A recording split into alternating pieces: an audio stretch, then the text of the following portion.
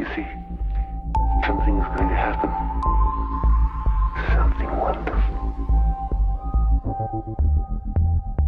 My God, it's full of stars. Hey everyone, welcome to the NY Patriot Show. Very special and exciting show for me this morning, and I'm hoping it's the same for the listeners and the people jumping in on the live. I am being hosted by the one and only Synthetic Psyop.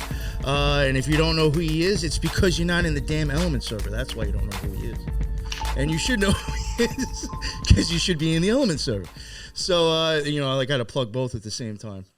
But, Synthetic Psyop is him, Asha, and Helen were like the three that put together the Element server for Occult Rejects and Friends and, all the other shows that are in there.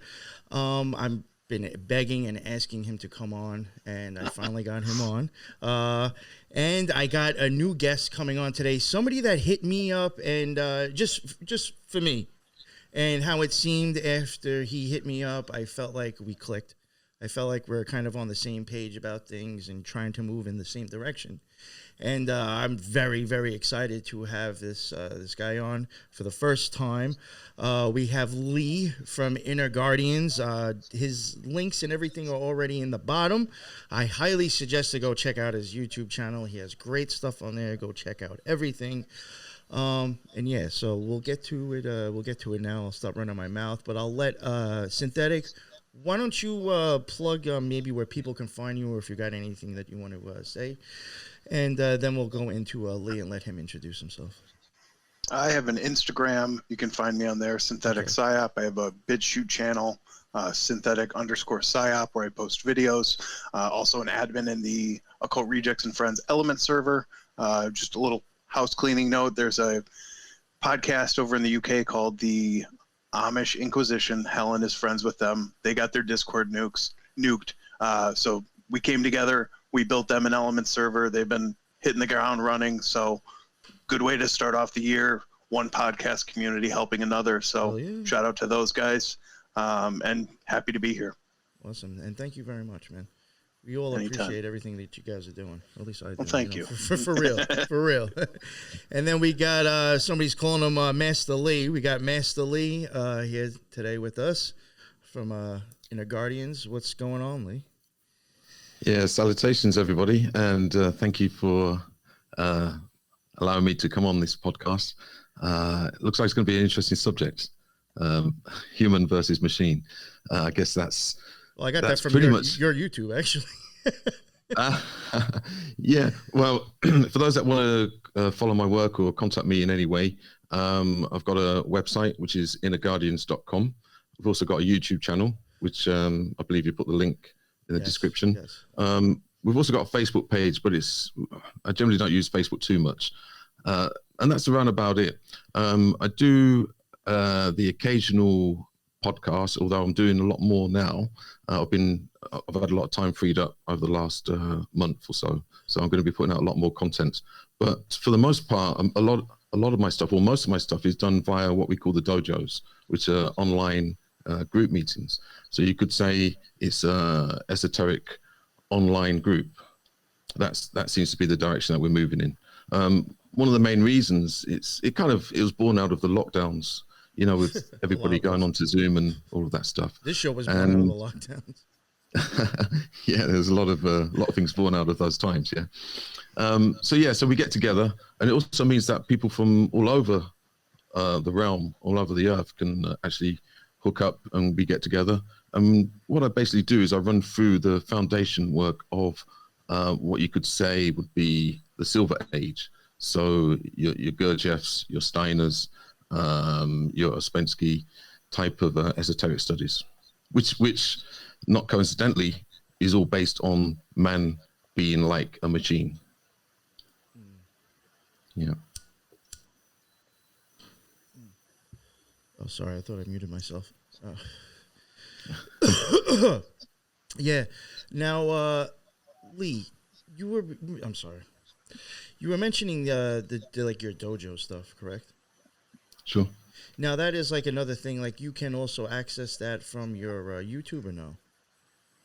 No, it's all done via Zoom. So people send me an email, and then we always ask for a little bit of a description of their background, because we are conscious of types of like infiltration and stuff like that. All right. Now, the reason I asked is because I thought you might have had like, some YouTube channels will have like not a subscribe. It's like almost another subscribe where you can kind of like join like whatever you were talking about. I thought you might have had that on your YouTube. No, I mean we don't hide anything behind a paywall. We run the esoteric group pretty much the same as a physical esoteric group. So there would be a basic kind of not really interview, but introduction. We just want to see if we're on the same page. This type of study, it's not suitable for everybody. We generally look for people with a particular magnetic center. And they probably would have done prior work in various different studies, different backgrounds, but it's kind of like we try and get the gist. And you could say it's a foundation work where we do go into things. Now, a lot of stuff we do go into is purely ideas. So it's kind of research based, but we actually doing the research within a group setting. And one of the things that originally concerned me by doing it online was that we wouldn't be able to communicate energetically, because in esoteric studies, it's about a group of people getting together, and it's not just about the exchange of knowledge and information and data. It's about the energetic transmission, you could say, and the preparation. And one thing I want to be clear about, that I describe it as a teacher versus preacher. So with the preacher, they will try to convince you of their belief system. Yeah. With a teacher, it's about teaching somebody how to actually access their own knowledge through themselves. Okay. And from as far as I'm concerned, that is almost the big secret. That is what has been denied humanity, because we're always looking for knowledge over here, over there. People wearing white coats, clipboards, politicians in dark suits. They're always happy to give us this external information. When it comes to the esoteric, it's all about accessing the knowledge through the self, through the higher self, and making that connectivity. And that's where a teacher comes in. So I'm always cautious when people sort of say to me that they have the knowledge or they've discovered the knowledge, because what that would normally indicate is that it's a collective of knowledge from external influences. Without any sort of, you could say, divine or spiritual world connection through the self, not through a priest or clergy or some kind of mystic. You don't want to start sounding like David Griffin from the Golden Dawn. I have found the answer. So you're looking more to find if people are a good fit for your group, and if they've maybe done some inner work in the past to kind of contribute and learn from you. Yeah, and we do have different types of dojos. So we do one called the Mind Master, which is, you could say that I would probably describe it not so much esoteric, it's more mesoteric. So it's kind of in between esoteric and the exoteric. What that means is it's kind of like practical applications of esoteric studies, so that we can actually use it practically in a day-to-day life. So basically, you have a better ability to process or have a better cognitive functioning.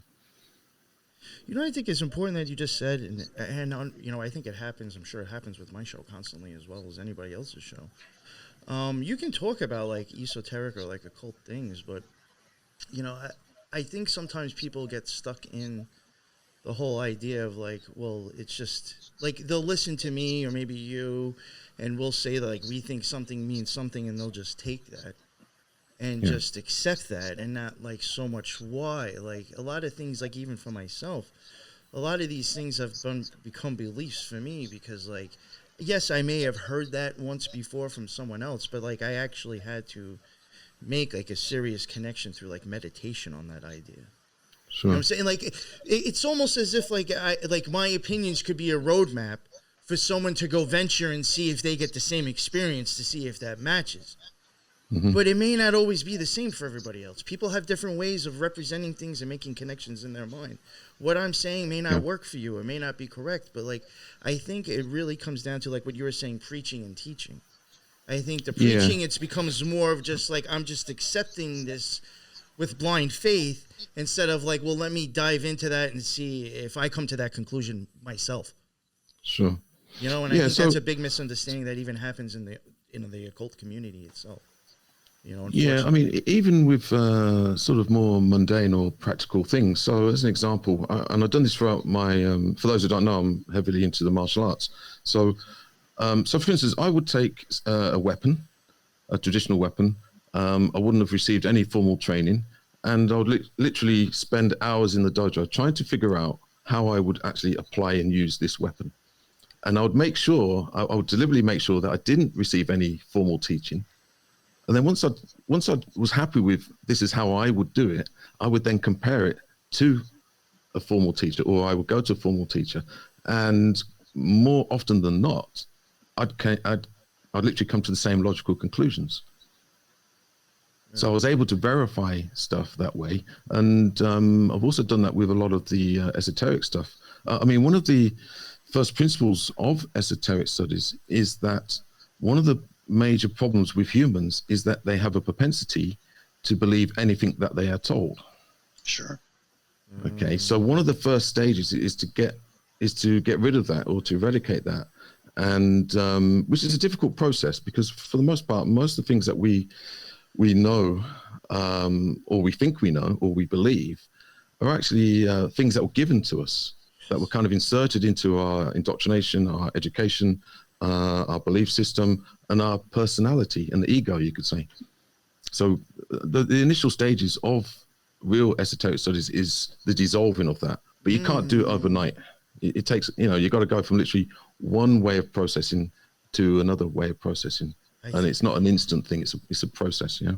I don't think you could have said that any better, man. Like I've always said, like I really feel like when it comes to getting into this stuff, it's really all about rewiring your program system, like basically shattering the old one and installing the one that you think works. You know what I'm saying? To a degree. That's a really good way to say it. And what you were saying before, and it's kind of funny going along with the name of the show, you were saying how kind of humans are almost to the point to where it's like you're just told something and then that's what you believe and then that's what you do. That's very much like a computer and a machine. You have a program that tells you what to do and you do it and that's it. So it's almost like humans turning into machines. Yeah, and one of the big, you could say the big secrets in the esoteric world is that, and not everybody agrees on this, I tend to go with this, that we already have somewhere within us all of the answers to all of the questions, okay? One of the main problems is that we have to learn how to be patient, okay? So instead of running desperately to get answers, we have to do what's known as living inside a question. So we have to be prepared to accept that it's a question and be okay with the mystery of that question. And when the time's right, the appropriate knowledge or answers or data will actually be given to us, as long as we can, you could say, evolve our lower centers, our lower nature, to a position that it's suitable to be able to access. So in simple terms, our basic functions that we have, that we're born with, and that evolve under natural law, that's not the destination. There, you could say, are the steps to access our higher centers. Some people say higher self. We'll describe it as higher centers. Once you're able to access those higher centers, and this is how, if you talk about the sort of the greats in the past, like your Spenskys, your Gurdjieffs, and many others, all the way to Plato, Socrates, so on and so forth, at some point, they were able to access, you could say, those filing cabinets of higher knowledge. Okay, even if you take Rudolf Steiner, it would be physically impossible to submit or download that much information under natural conditions. So at some point, he must have been able to access other places of his own self. Some people will say that he used different techniques. So rather than go to sleep for 8 hours and wasting that time, he would actually be working for 8 hours, which would actually give him an extra, 20 odd years of work. And So going back to the Mind Master Dojo, that's one of the techniques that we do teach. We teach it as deep thought processing. So it's I'll try and keep it as brief as possible. It's a technique of distillating a question, because normally it's the question that's not right. The question's way too big. So we distillate the question, we make it so it's more pointed, and then we load it with attention and intention, and then when we go to sleep, or if we can get into a theta state, we then shoot that question into the theta state. And everybody says to people when they've got a problem or a question, sleep on it. Yeah. There's truth in that. The thing is, leaving it to be random can be problematic. So all we do is we actually map out how we function. We apply attention to how we function, and then we're able to distillate the question and then fire it into the theta state. And then when we wake up, or when we come back to, say, the beta sphere, we may not have the exact answer, but what we may find is that the answer will bleed through us through the next 24 hours or 48 hours. Or you might be driving down the road and you see a sign and you're like, and that triggers, yeah. Because then it comes down to remembering whatever you found in the theta state. Well, to your point about the, picking up the weapon in the dojo and trying to come up with the body mechanics to use it, how you would use it. I think it was Plato that said all learning is remembering. Yeah. And so just one other important point while we're on the subject. I use the technique when it comes to teaching. I always have done. It's in the martial arts and in the esoteric world, that when a student is in front of me, it's not a case of me giving them or telling them something they don't know. I look at them as though they already know, they've just forgotten. Yes. And this could apply to anything: changing a light bulb, changing a wheel on a car, changing a spark plug, whatever. Yeah, we already know somewhere. You could probably say some larger consciousness system. That information is already there and it's available. We just don't know how to access it. And like I say, this is quite possibly the biggest secret that the controllers don't want us to know. Sure. Do you think, your opinion with magic, do you think that's what magic kind of comes down to sometimes, is contacting kind of like inner knowledge? Like that's what it's all about, is like making that connection? Yeah, well, yeah, you could say that's a magic in itself. Yeah. It's part of it. I tend to describe it in a slightly different way. So for instance, you could describe that we're living in, say, world 48. Okay, so in the tradition that I studied, it's these are just numbers. You can't really sort of attach anything to it. They're just numbers, just to give us a conceptual framework of existence. So let's say we live in world 48. If you want to connect with higher worlds, you try to connect with world 24, which means it has less laws. So there's 48 laws in this reality. When we go into a higher realm, there's 24 laws, and then there's 12 laws. So the higher up you go, there's less laws. And what we try to do is we try to bring down the higher worlds into the lower. So the higher touches the lower and expands the middle. Yeah, so that's a esoteric principle in itself. So this is what we practice, and we're able to bring down, say, world 24 or world 12 into world 48, and that would be the definition of a miracle. So if there's less laws coming down into higher, more laws, then there has to be a kind of a schism. Yeah. And that's when a miracle would take place. So you could say that maybe the adepts or sages or mystics, people in history who performed miracles, all they were literally doing is bringing down a higher reality into the lower worlds, which is a type of magic. Yeah. I've even had some people say that they even could kind of tie that into, like, when people talk about the Akashic records. Sure. Could that kind of just be like another way of explaining that same thing? Yeah. Do you ever think it's possible? Because I did have someone say on my show once, and I was like, oh, that's because I do think it could might have even happened to me at times. Do you think there's ever like times that people could maybe try to tap into that and maybe, I don't want to say learn something, but maybe like weren't ready to handle like what they kind of came back with or got. Yeah.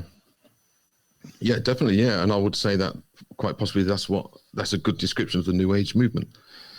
The New Age movement, the way that I kind of view the New Age movement is that it's a way of, so as an example, astral projection. So astral projection, a lot of people think that it means that you're going out of body and you're going out somewhere else. Yeah.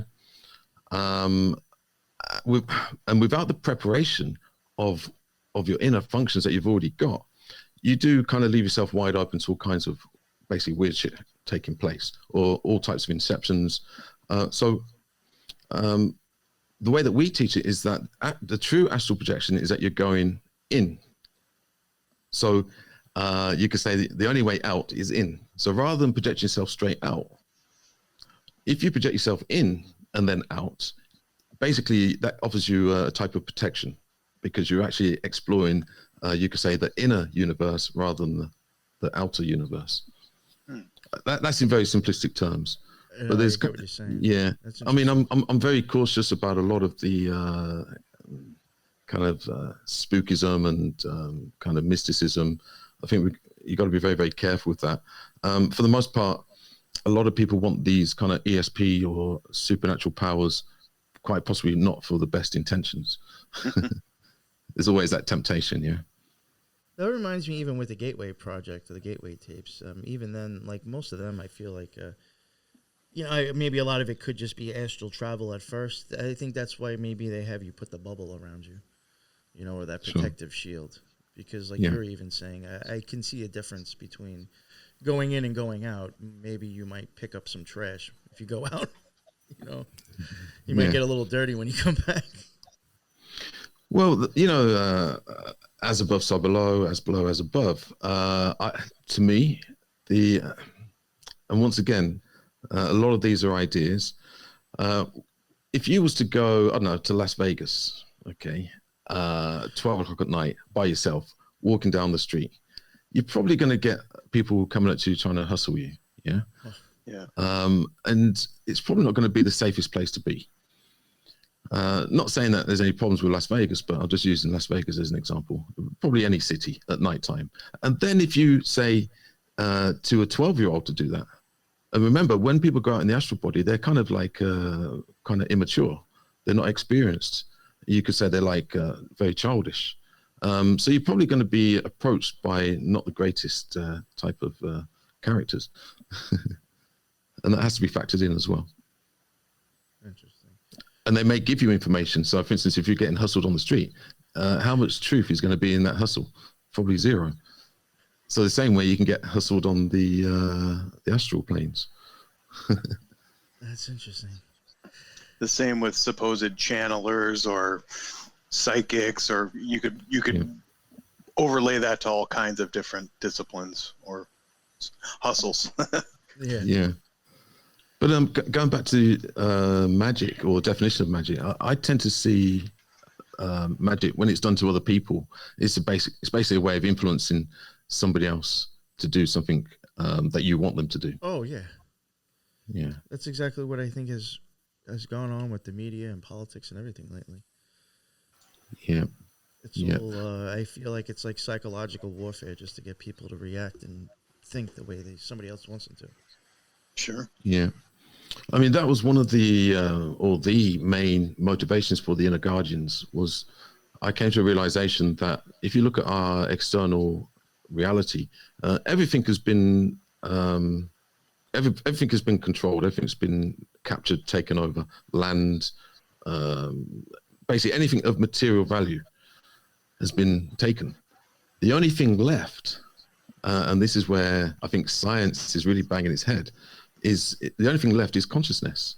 Now, even science, they really can't put their finger on what consciousness is, and only up until recently, they completely ignored it, because science was based on some kind of Galileo model of measurement. So you can only things that you can measure. Yeah. So the science was based on, you could say, the quantity. or quantitative aspects of phenomena. So it's all about measuring. When it comes to consciousness, how do you measure consciousness? And this is why a lot of science, they really don't like consciousness. Yeah. Because how do you measure it? And also, they tend to think that consciousness doesn't exist. It's only recently, I guess, with the advent of technology, then they've started to pay attention to what consciousness is. And one of the main problems is because in the scientific world, because they're obsessed with the measurement, the sort of quantitative relationship with matter, when it comes to consciousness, which you can't measure, they don't know what tools, they don't know what mindset to apply to it. But it kind of goes full circle because they end up trying to use some kind of measurement to consciousness, but they're actually using consciousness to measure it. Interesting. So you're stuck in this kind of weird loop. Yeah. Mm-hmm. And I think that's where we're at basically with the science world when it comes to technology. And, you know, there's all this talk about machines or robots taking over. Personally, I don't think it's a done deal. I think we're quite far away from that. I think at the moment it's more a case of getting as many people as possible to buy into the concept that it's possible. So if you look at the 3 minute mile, so up until somebody done that, nobody could do it. As soon as somebody did it, everybody could do it. So I think it's more of a psychological thing. Yeah, I would agree with that. I mean, when I have mentioned stuff about Elon and just stuff with AI, and I do think that will take us not in the best direction, but I still think it would. I mean, unless there's all these robots already built in a warehouse ready somewhere to be turned on. I mean, I think like it's still a far reach from Terminator happening tomorrow. You know what I'm saying? Yeah. Like I don't think it's to that extent, but I do think it's getting to the point that like you're saying. I think like if with going forward, not too long down the road, if people don't start to at least question, is that a possibility? Then can things start getting worse? But I think, I don't think that's like around the corner right away. Yeah, I think there's a lot of bluffing going on. It's getting too popular. Yeah, I think there's a lot of, from the science world and those behind technology, there's a lot of bluffing taking place. I'm sure there are certain things that they can do, but when it comes to the subtleties of consciousness, there's still a long way to go. And even with this kind of the education of AI or the mimicking of AI, they're using humans to do that. Yes. And from an esoteric perspective, it was often said that man is a machine. Okay, and that was a massive. You could say that was a massive psyop. So they often said that man is like a machine, and somewhere along the line, it got hijacked and corrupted to be said that man is a machine. So in the Silver Age, the esoteric teachers didn't really mean that man is a machine. It's more a case of man is like a machine. So there's certain traits of a human that is machine-like, but there's a massive difference between being like a machine and being a machine. The true definition of a machine is that it cannot initiate its own impulses or own thoughts or own consciousness. It has to be an external input or inception. So they're not self-motivated. Now, straight away, people might say, yeah, but this machine can do this. Yeah, but at some point, that data, the programming had to be inserted into it. It's not self-initiating programming. No, it's still doing what it's told. Yeah, yeah. And because humans are like machines, so we have a propensity to accept external programming. And this is why the world that we're living in right now, they're completely obsessed with the being able to program people, to spin narratives, to control the mindset. Now, I always saw the 2020 pandemic not necessarily as a bad thing, although it's not great, but it's an opportunity or a great revelation to see how the world really works, to see how the world is really programmed. Because prior to that, if I try to tell people that they're being programmed and that within 6 months, people could think of something different in a different way, people would question that. After 2020, that was proof positive that people are programmable, relatively easy. Oh, yeah. So you could bring in a new normal very quickly.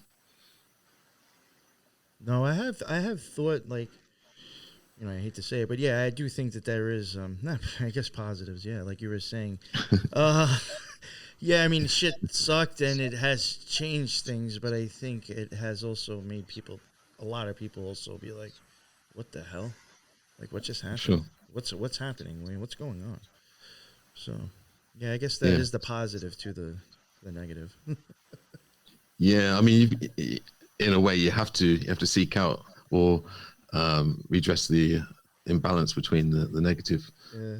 I mean, it's terrible times, but like with all things, a lot of great things can come out of positive times if we can have the right mindset, and that takes us right back to this whole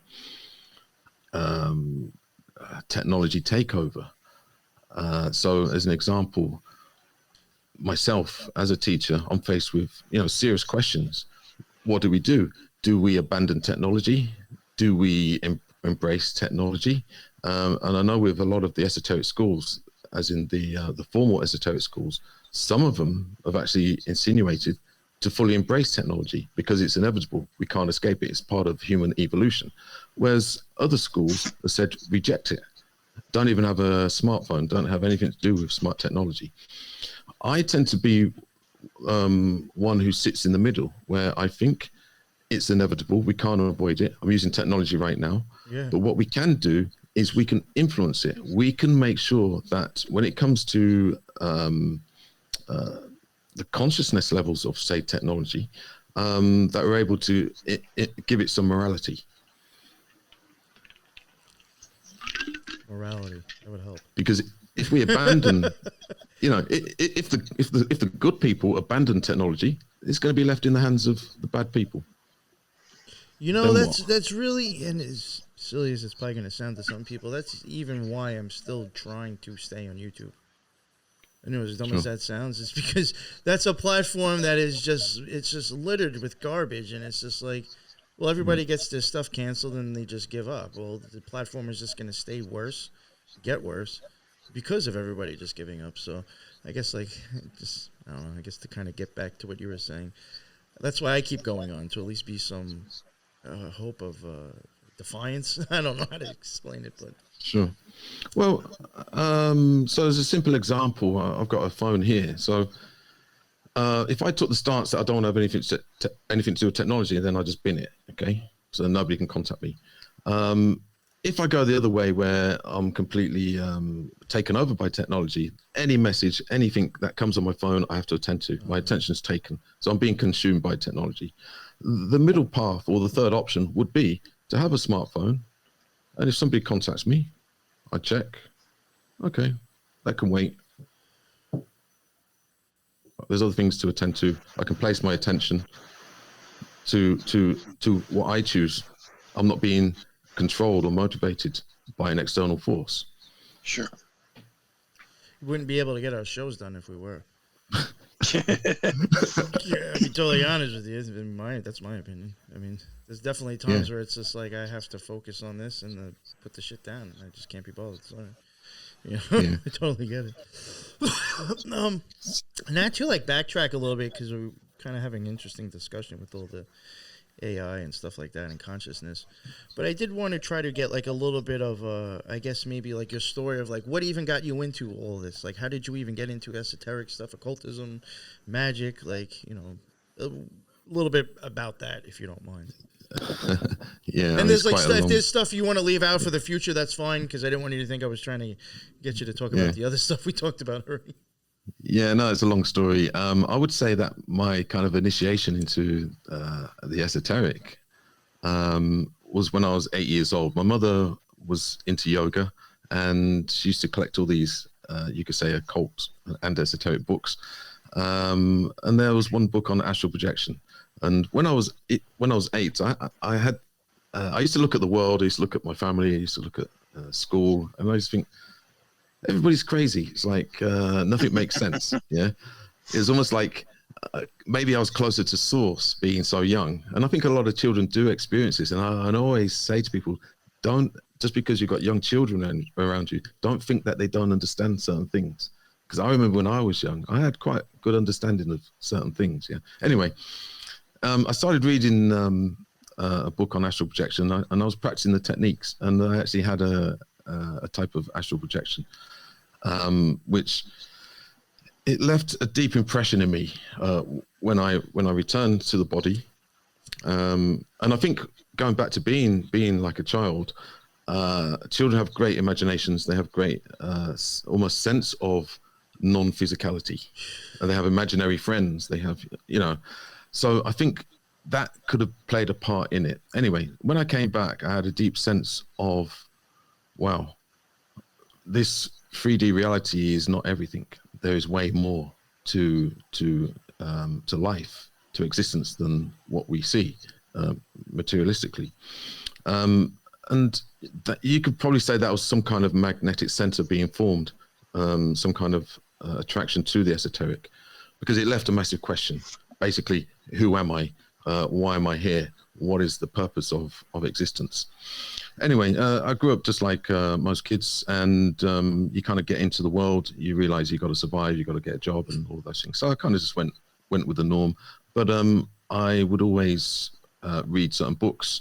I went through various stages of studying different religions, Christianity, Buddhism, Hinduism, stuff like that. And then, like I say, I got into the world. You kind of get almost trapped into the matrix, you could say, trying to survive. But that question was still there. What is the meaning? What is the purpose? And I realized, I need to find out. I need to start applying myself. It's not just about making money or getting a car and all of these sort of worldly things. Anyway, I won't go into the detail, but I stumbled across various books. Carlos Castaneda's was one. And I was reading one book about him, and they mentioned a teacher called Gurdjieff. So I investigated Gurdjieff. Long story short, I ended up in Gurdjieff and Ouspensky groups for quite a few years. And one of my main attractions to that type of esoteric teaching was that it's very practical. It kind of gets rid of all of the I guess the sort of pseudo mysticism and new agey type stuff. It's literally like sensing your feet, directing your attention, connecting with your breathing. We don't do any sort of forced kind of breathing techniques. We don't do any kind of weird postures or anything. It's very simple. We sit, and the objective is that we can actually do the work in everyday life. So sitting on the train, waiting in a reception area, we can start doing the work. It's often called the fourth way. So you've got the three ways, the way of the yogi, the way of the monk, the way of the fakir. The fourth way is the unification of all those, but you apply it in the West, in the sort of normal day-to-day existence. And that really appealed to me. And I was able to try different groups around the world. And then I started to have serious questions about, was some of the information hijacked? Was there corruption? Because let's face it, everything has been infiltrated. Yeah. So if this was the real deal, then surely those who want to control everything would have infiltrated it. And then some serious questions came up when I started to look at certain groups, certain individuals within these groups. I started to think, are they really doing the work?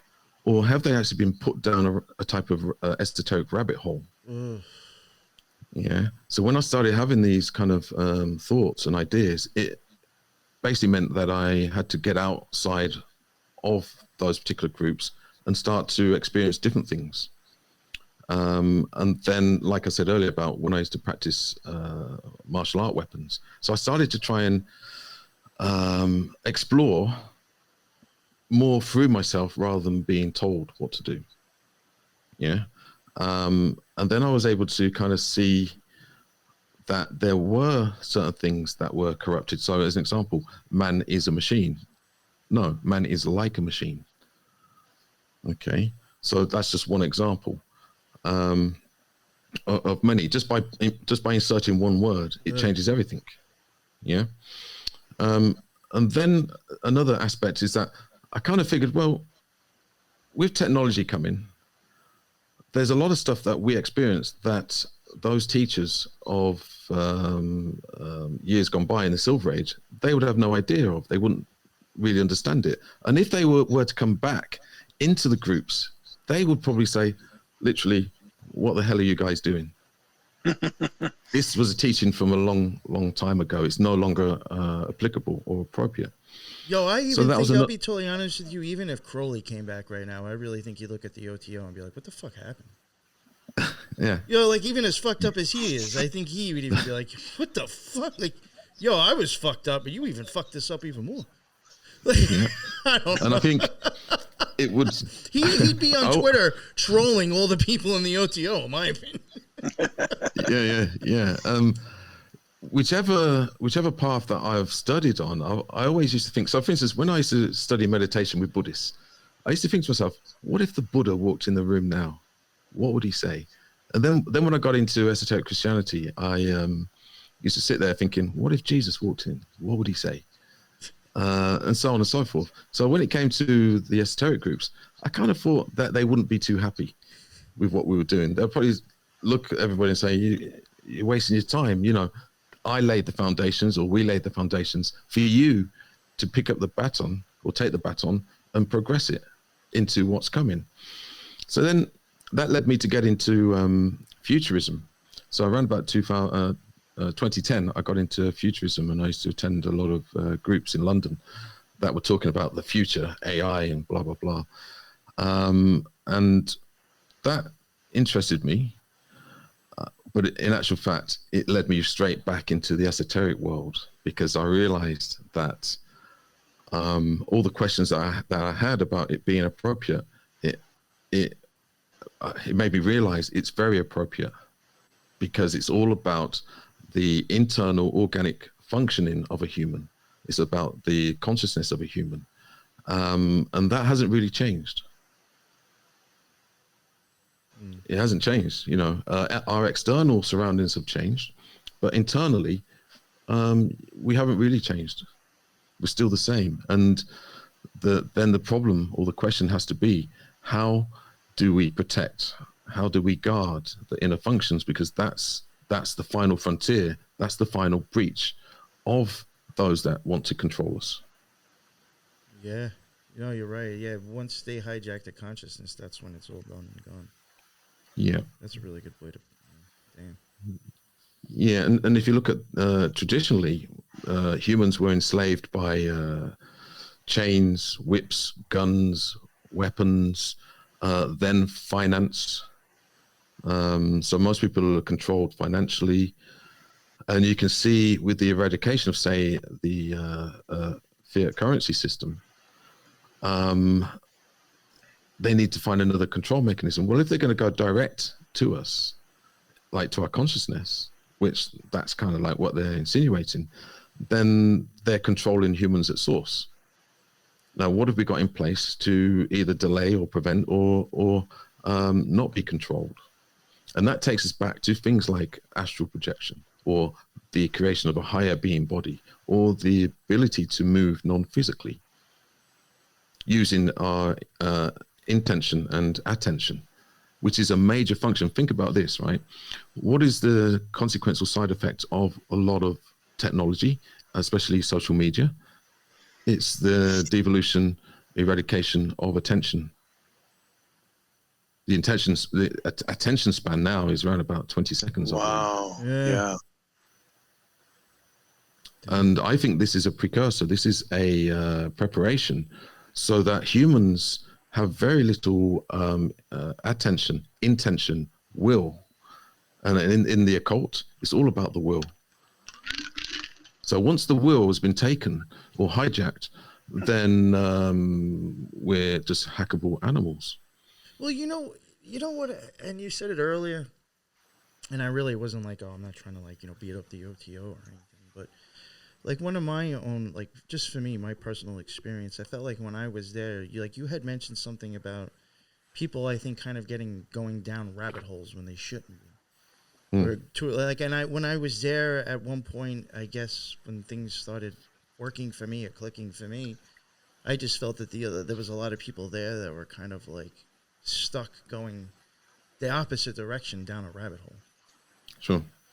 And I even often wonder, like, is that being done on purpose, itself, but well, if you look at the film The Matrix, there's always that thing about red pill or blue pill, yeah. And generally speaking, the sort of kind of truther movement, they take the red pill. Personally, I don't think you should take any pill. I think that in itself is the psyop. That was the preparation for this kind of new age truther psyop of taking the red pill. You know what's funny, when I look at the pills and think of like the Kabbalah tree of life, I'm like, well, technically none of them has gotten me across the supernal into the supernal triad. I'm still stuck in the system. So it's like either one, like, actually really doing much for me. I haven't gone anywhere really.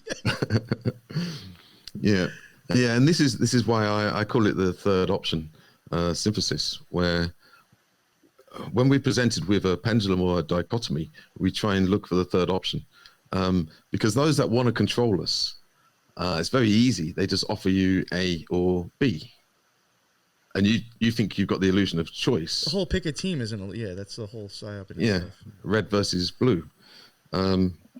We need to kind of get to a position of our own evolution where we can be above the dichotomy of control, the duality, the binary, you could say. And all of these subjects, especially the Matrix, I think that was definitely a precursor, preparation for the illusion of simulation or some kind of artificial reality. And it's the acceptance of it. And what I was trying to get at before, and then I forgot because I had a brain fart while I was talking. What I was trying to eventually get to is that, like, with the rabbit holes and all that stuff, and with magic, you mentioned like will, and that they want to take away your will, which is exactly what I think. You nailed it on the head. But I even think, like, do without wilt is such a big saying to toss around in the OTO, and like, unfortunately, I think, I don't know if because of how lackadaisical, or how easily that thing is just thrown around with no thought. But in my honest opinion, and I'm not trying to say I'm any better than other people there, but I really think 90% of the people that I knew there had the farthest idea of what their will was. Like, I think they buy into a fake idea of what the will is, and then will just accept that and not realize it's so much more deeper than that. So then you just still never look for it or understand it, but you think you do. If that makes any sense. It's just, I really feel like it's like finding their true will was like almost taken away from them because of what they're believing, and they'll never find their true will. It's hard to explain. They replaced it with an illusion. Yeah. Thank you. But yeah. I mean, that ties in with exactly what I was saying about the esoteric schools. I suddenly had the realization that at some point, all of these esoteric schools that could make a difference to humanity got hijacked, and there were kind of parallel teachers that sprung up that were claiming to use the methods, but they basically they created the opposite. So as you know, things can become their own opposite, and that's what they were able to do. And I suddenly realized that there's no growth, there's no expansion of consciousness. In fact, the people around me in these groups, a lot of them, and I'm not being judgmental because I think we're all kind of trying to figure shit out, but I come to some realization that they were being led into a rabbit hole. And think about it from the controller's perspective. If you've got certain people that could awaken, could become aware of the systems of control, they would then seek out schools, teachers, paths for freedom. Well, that means you have to hijack all of those pathways, those options. And this is why it's very difficult for me, and I generally don't recommend any books, any schools, any teachers. because I can't guarantee whether they've been hijacked or the literature. Because remember, especially from the Silver Age, a lot of them didn't actually write books. They were transcriptions of lectures and talks. Yeah. And then they've been copied again. Anything could have taken place. The adding of a word, the taking out of a word. And we all know, if you look at the media, if you do an interview with the media, they're able to completely change the context of what you say just by switching things around a little bit. Mm-hmm. Or showing you what they want to show you. I mean, you could have a 2-minute clip of something that happened and show 10 seconds of it and spin the narrative a different way. And depending on what 10 seconds you use, it might match what you're trying to say, even though it's not the truth. Yeah. But this could lead to some kind of desperate situation where it's like, oh, where can I go for truth? There is no truth. Everything, well, in some ways, when we reach that position, when we do realize that pretty much everything has been hijacked, everything that we've been taught and told is a lie, in some ways, that's quite refreshing because it gives us the opportunity for a fresh, clean start. Okay, because when you try and build on things that are corrupted, it's going to be difficult in some ways. And this is another reason why I think this whole phase that we're going through, some might say it's a type of reset. Well, yeah, there's a reset for good, not just for bad. There's also a reset for good. And there's great opportunities for us to start looking at our own existence with kind of new eyes. Are you saying that maybe more in the esoteric stuff that you see things more as maybe a personality cult on more of the negative side? Well, I think what generally happens, because people have a propensity to be like a machine, and you could kind of say humans generally follow the line of least resistance. It's far easier to just believe something that somebody says rather than do the work. Now, and this takes us back to the esoteric and the occult and the New Age. A lot of the New Age stuff is about accessing higher worlds, higher things, but without doing the work, the lower work. When it comes to the esoteric, it's all about doing the lower work. You almost got to forget about psychic phenomena, forget about astral projection, forget about all of these wonderful things, and focus on a good, solid, balanced foundation. And then, as a side effect of being balanced, guess what? You get higher centers, higher senses, ESP, the ability to be more intuitive, spatial prediction, and stuff like that. Rather than that being the main thing. Sometimes I do get people who contact me and they'll ask me, can you teach me to read minds? Can you teach me to perform magic tricks and blah, blah, blah. And I kind of pick up that maybe their intention isn't quite correct. So I will say to them, look, go to an old people's home, take care of old people for a few weeks, do some service, do something physically of service to people, go to your local dog rescue, take dogs for a walk, do that, and then come back to me and we'll talk about it. Well, that's actually pretty good because, I mean, if somebody asks me those questions, it just sounds like it was pretty selfish reasons why. So then you have them go do a selfless thing. Maybe the opinion will change. Yeah, but at the same time, I probably sound like I'm being quite judgmental, but we're all guilty of this in some ways. Yeah, and this is, and think about this, right? This is one of the reasons why there is this mystery. This is one of the reasons why there is a veil, right? Imagine if we could manifest everything that we thought of. Think how fucked up the world would actually be. Oh, yeah. Yes. So whoever is behind this creation kind of installed some kind of fail-safe system or function that wouldn't allow anybody just to be able to do all kinds of weird shit and magic. And this is why you have, say, laws of 48. And the only time you can create a miracle is when you can bring down or attract world 24. But you can only attract that if you're resonating with world 24. I would say dark occult, some dark magic would be almost like the trickery or sorcery of bringing higher worlds down into the lower to create a miracle, but it's in a corrupted way. I could see, yeah. I could see what you're getting at with that for sure. Yeah, I was going to mention before when you were even talking about, telling somebody as basic as going out and like helping out at a place. Any type of like teachers or maybe like stuff that like people I've come across in the magic community that might be somewhat reputable. Even if you read their stuff or get into like whatever they suggest to do, like for your magical, career or whatever, they will kind of tell you that probably sounds very boring to most people.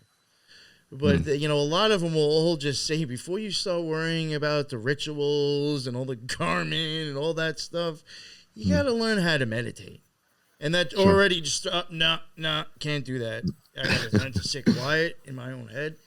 But, like, some of the most boring sounding, mundane things really, I think, make more of a difference than all that extra stuff, like you were saying. Yeah. And it may not sound that exciting at first because, in my opinion, stuff like that you were saying, you have to worry about the lower self and work on that before you start thinking about all this fancy shit. Yeah. Yeah. And also, even like if you look at, say, the Freemasons, a lot of the initiations and rituals and stuff, it's just a way of dangling a carrot. From my experience of dealing with anybody from Freemasonry, especially at the lower levels, they generally don't know anything about the esoteric. It's very externalized, so they may do and perform certain rituals, but it's all externalized. That's not to say that, and I am generalizing, but that's not to say that there aren't certain individuals that obviously understand the internal or spiritual science of certain things. No mud, no lotus. Yeah. I've even wondered itself. Well, just in my opinion, I had started to think that maybe even just having different degrees is like a way of like even making people look at the order differently. Like, let me focus on, I got to get that 3rd degree or that 4th degree, or I got to get that number, and not actually really. Like, it's like you're starting to, I don't know how to explain it. It's starting to become like something else than it really is. You're just throwing a label and you're looking for things to achieve, like a degree number, and not actually what you really should be looking at. Yeah. Or it becomes like a badge just to wear. Yeah. It's kind of like externalizing certain things, but there is, we can't deny there is hierarchy, there is order, there is progress, evolution. Not in the Darwinian sense, but am I a different person than when I was 8 years old? Of course, there is kind of a stairway to climb. So the same thing could apply to the esoteric as well. But I guess it's more a case of these stairways or these initiations being used as a way of controlling people. I think that's the question. Because they don't have to be, if we're to study anything, we will probably, go the A, B, C, or A plus B equals C. Well, they even go back to, again, I guess like, human versus machine. The machine can have, I guess, maybe set options. You can pick A or B.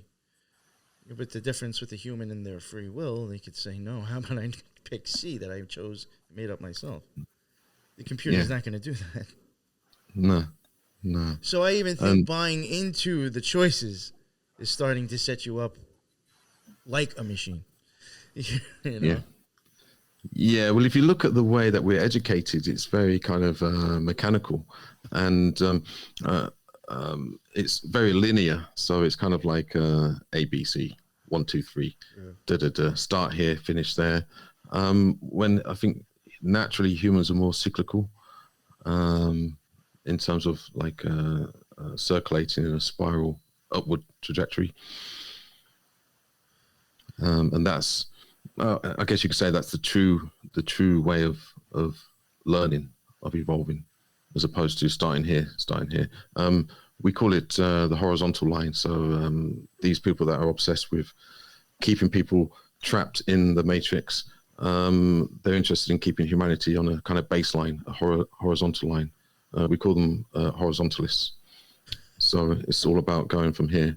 You know, you're born, you go to school, you get a job, you pay your tax, and then you die, and that's it.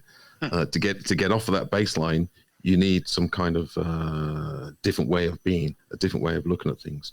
So going back to the ABC, so rather than us thinking A, B, C, I would suggest that you think of A plus B equals C,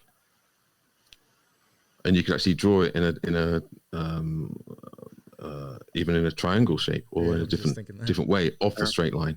So it's kind of a different way of processing. And once, and remember, we've got to undo all of this kind of linear type of indoctrination, this linear programming.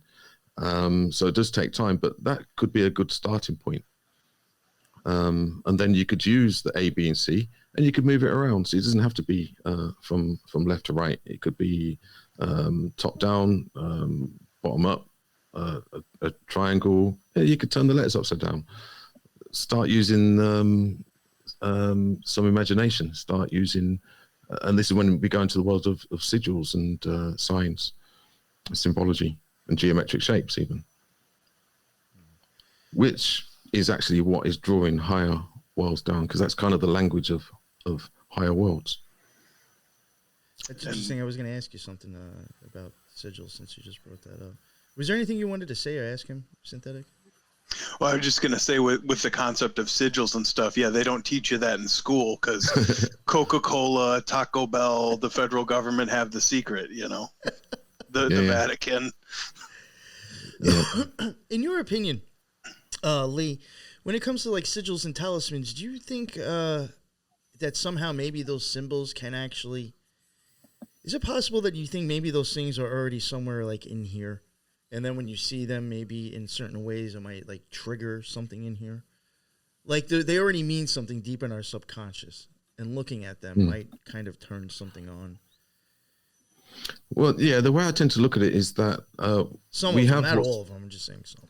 Well, we have what's known as a higher center. So we've got a higher intellect, our higher emotions, which we generally don't access on a day-to-day basis. But the language of the higher centers would be in terms of frequencies, geometric shapes, and signs and symbols. Yeah, this is why you could say that this world is controlled by signs and symbols, and until you start to see this world in terms of, and you could add frequency into that, frequency, signs and symbols, nothing will ever make sense. So in terms of communicating, so as an example, and I'm not talking about the subconscious, I'm talking about higher centers, higher intellect. If somebody was to create a sigil and you see it, it means that your higher center will see it, not necessarily the lower center. Yeah, your lower intellect. It won't make sense to the lower intellect. And equally, when we want to bring information from our higher centers, and this applies to, say, remote viewing. And remember, remote viewing is just a kind of washed version of psychic or psionic phenomena. Yeah, they just didn't want to use the term because they couldn't. It doesn't sound good to get funding. Yeah, so they gave it more of a scientific name. One of the main things when it comes to remote viewing is the ability to articulate whatever it is that the data that you're collecting, because it may not be a red car parked outside, blah, blah, blah. You may have to draw some kind of sigil or geometric shapes because that's how you've received the data. Then you have to translate it into a red car parked outside Taco Bell or whatever, yeah. So there is forms of communicating with I guess, the intellect that we don't access on a day-to-day basis. You could also call it a kind of a deep type of programming. So certain sigils will be loaded with a particular meaning, or it could be a sentence or something that's constructed. But I guess your higher self would understand it, but your lower self, it doesn't mean too much. Now, when you're talking sigil magic, is that something you guys incorporate into the dojos, chaos magic, things like this, or have you studied chaos magic and creation of sigils? Yeah, well, generally speaking, the way I teach is that everything is like a double-edged sword or a Sure. double-edged knife. So it can be used for good, it can be used for not good. Okay, so one of the things that's very important to have any chance of protecting yourself is the ability to know what's being done to you. You know, like know thy enemy. Yes. Yeah. So I will teach people how to not necessarily how to do sigil magic, but how to understand it. Right. And then once you understand it, then you can see if it's being done to you. It's a comprehension. I like that. Yeah. Yeah. Just taking in your work before this episode, I noticed you kind of mix Gnostic philosophy, Hermetic thought, and I was just curious as to where, you've transcended the martial arts world into, mind mastery. What are the parallels you draw between, Budo, the sharpening of the self, the warrior art, and what you're doing today? Well, ultimately, it comes back to, I guess you could say, personal protection. So, Yes. And these are kind of like the main things, like awareness, being centered, being grounded, having focus, attention, intention. These are all qualities that are required for the martial arts. They're also required for the battlefield. I'm not suggesting that battlefields are good, but I think the martial arts is, I guess you could say martial arts is just it's just a way of interpreting the qualities of consciousness. Yes. Mixed with the physicalities. Yeah. So that's the main correlation, is that I use the martial arts as a vehicle to integrate these non-physical qualities with the physical, or a way to action the will into manifestation. How you do one thing is how you do all things, essentially. Yeah, definitely, yeah. And excuse me, the simple, and this goes back to, I guess, my esoteric studies when I started out, especially with the Gurdjieff groups, because they're very much into the physicality, being able to sense the body, having a quality of sensation through the body and through our senses. And I remember I remember having a conversation in the early days when, being naive, I was kind of like, how do I get out of body? How do I get out of body? Well, the teacher said to me, he says, you know what your problem is? I said, what? He says, you're not in your body. He says, you need to get into your body before you can get out of it properly. And what he meant by that is that he could sense in me that I spent a lot of time maybe in my intellect, projecting all of these thoughts and ideas all over the place. And Sure. I didn't really have a good sense of turning that attention inwards and back out through the body, through the sensations of the body. It was quite a humbling time, but it stuck with me. I think the body, that was probably one of the, I guess when I started getting into a lot of meditation and like, practices with, breathing and meditating and just, sitting in certain positions for a while, that was probably one of the quicker things. I don't know if I was lucky that I actually did start, like, I don't know. I just felt like, wow, I can actually like feel my body. Like, I don't know how to explain it, but it's like, or it's like if I like envisioned, like with my eyes closed, my legs, if I thought of it enough, I actually felt them warming up. Where it was like, am I actually like focusing so much there that like there's energy that, like, it really weird. Like, it was just definitely something that that really, those little things right there is what made me even think that like there's something up with magic. Like if I'm getting this out of meditating, like it's got to be even more wilder than this. Yeah, and there has to be a good reason why we, whatever your sort of ontological beliefs are, there has to be a reason why we are incarnated into a body. The body must serve a purpose. It can't just be a complete accident.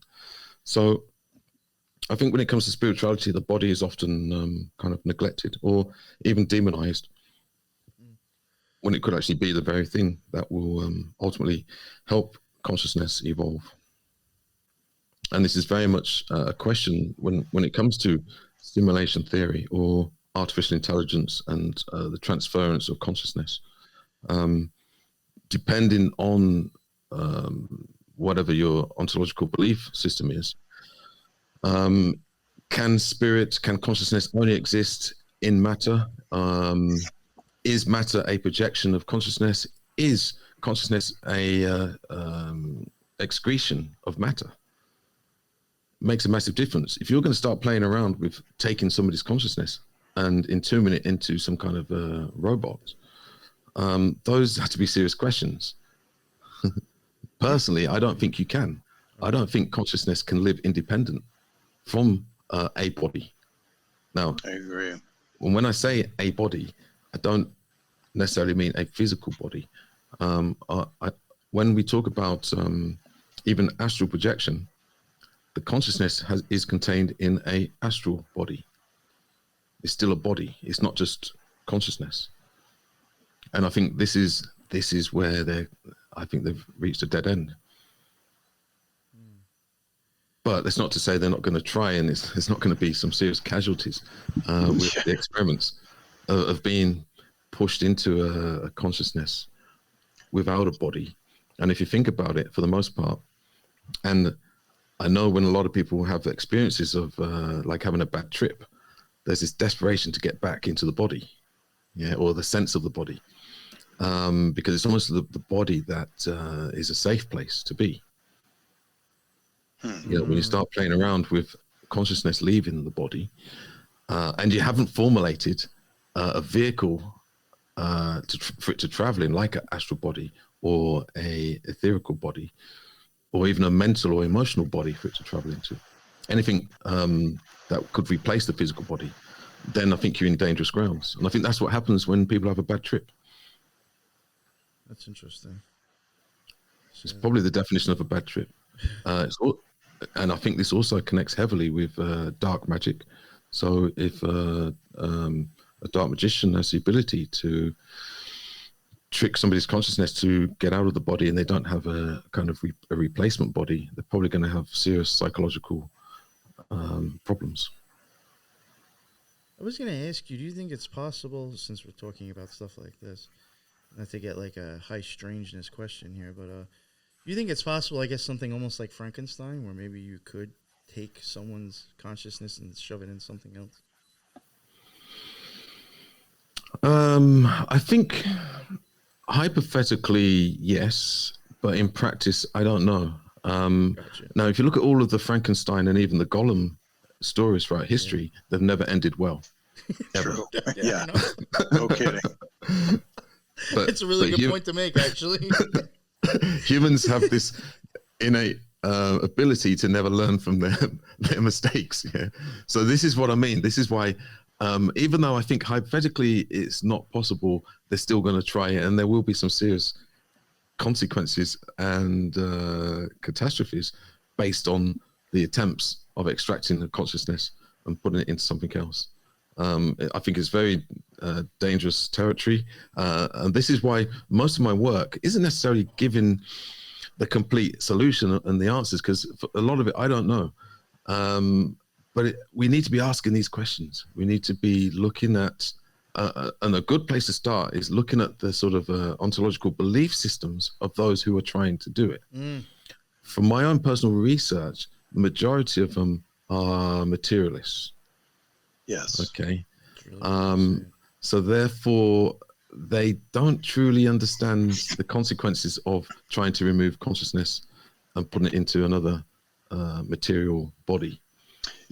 You make a really good point, though, to taking it back to the Golem, a story out of Jewish folklore, to Mary Shelley's Frankenstein, to now we're talking about, we'll just upload your consciousness to the cloud, or human beings are hackable animals. It seems to have cycled in a way, and here we go again.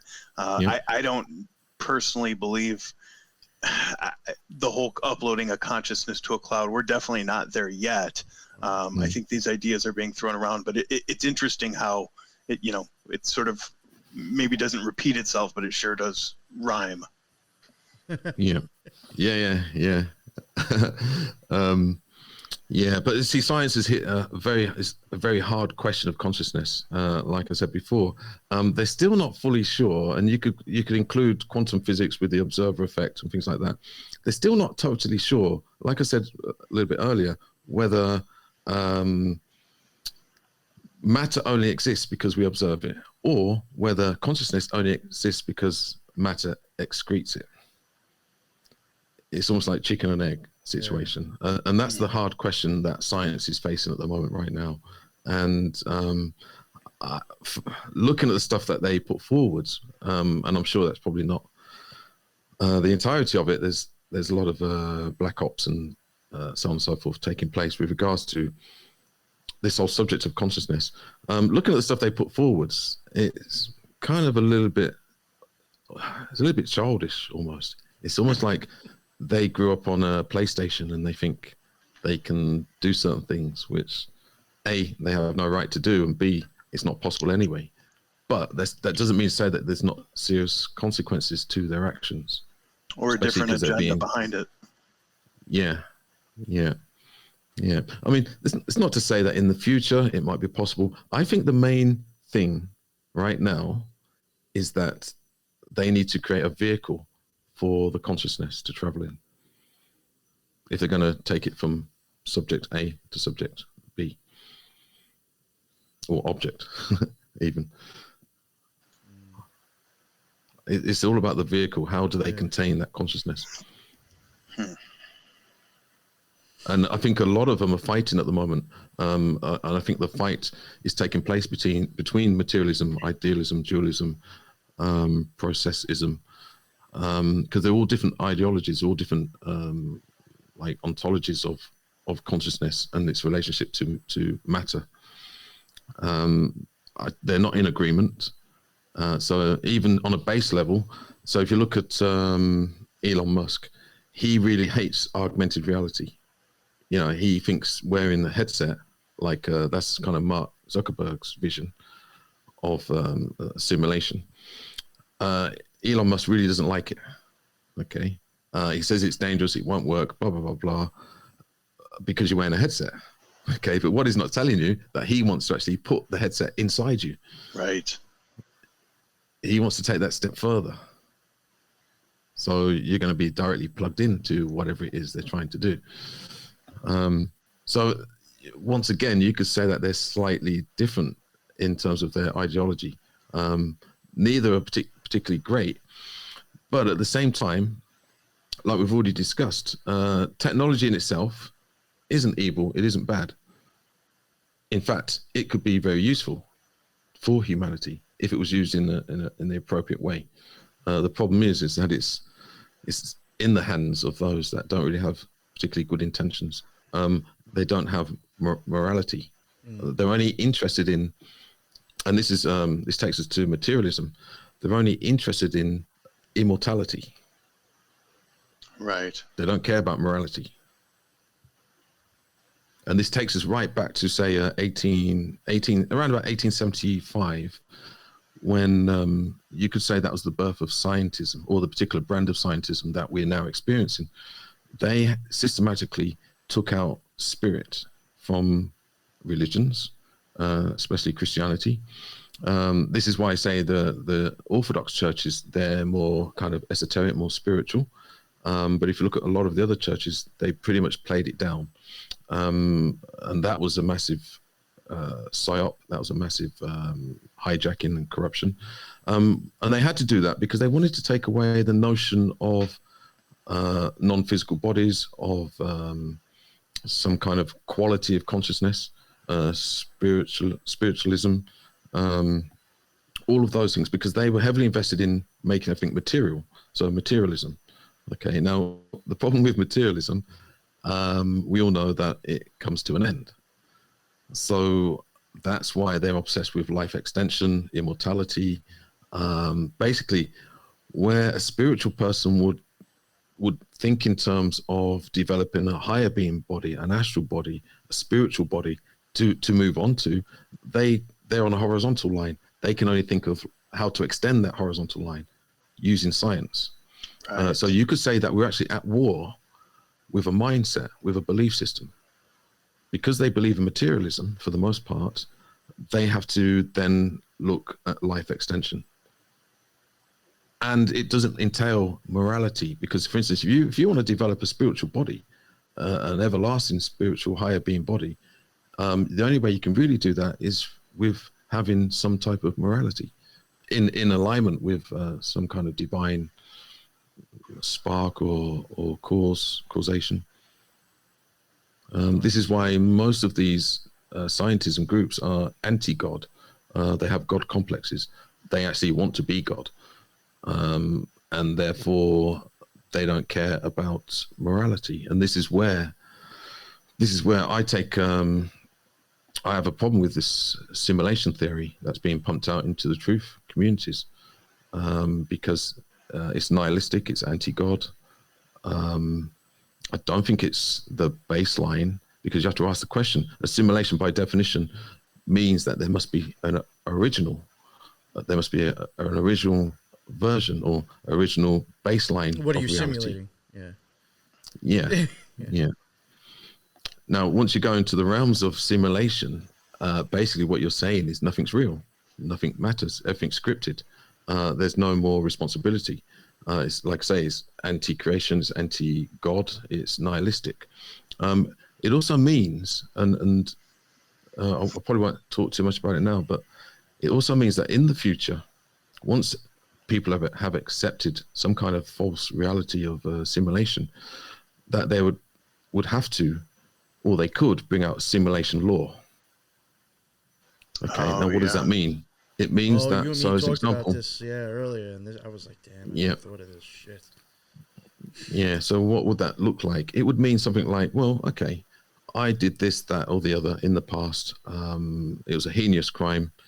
It could even be something to do with depopulation. Hint, hint. That you would stand before a simulation court, a simulation judge, who would actually say, well, you did it in the simulation, so here's your simulated sentence, or we can actually go back and correct whatever you did, and they get to walk away. So you could say simulation theory, simulation law favors people with bad intentions, as opposed to a more organic cause and effect, a more karmic, natural law, where if I bang my head against the wall, guess what? It's probably going to hurt, and I'm going to cut my head open. I might get a headache. And this is why I think it's very dangerous. I think it's, like I say, I don't have all the answers, but I think we need to. I don't have all the answers, but I think at this point, especially those on the side of the truth, need to actually take a good look at the implications of what it could actually mean, and also look at who's pushing it. It's the usual suspects. Yes. They're pushing simulation. Yeah, even science is now pushing simulation. I thought the truth movement last year was against science, was against, you know. Gil, tell me that didn't flip a switch real quick. Yeah. Yeah, and I think in so many ways at once, though, like it's just wild. Yeah, and over the last 6 months, I would say, I actually did a presentation called Panpsychism, which was, you could say it was a look into ontology, belief systems of the relationship between spirit, consciousness, and matter, and the implications moving into the future. For the most part, it's trying to articulate and explain things that haven't happened yet.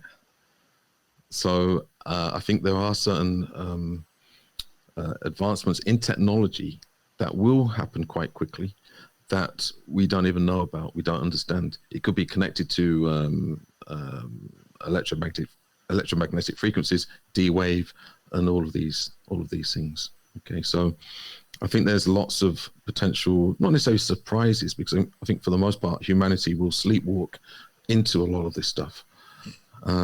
We probably won't notice it because we'll be busy being distracted.